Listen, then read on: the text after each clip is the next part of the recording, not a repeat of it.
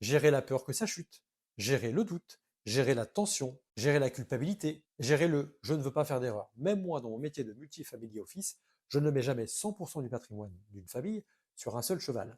Parce que la vraie stratégie, c'est pas jouer au cow-boy. La vraie stratégie, c'est de tenir dans le temps.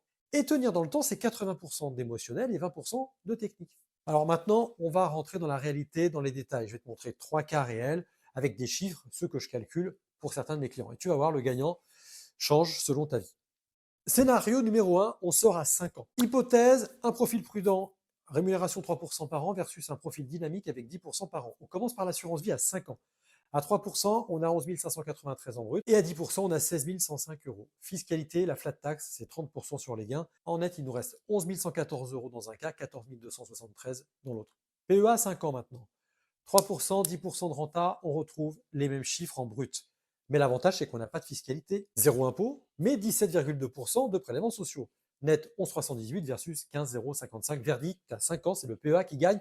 Tu te rapproches vraiment de ta croisière ou de ton road trip.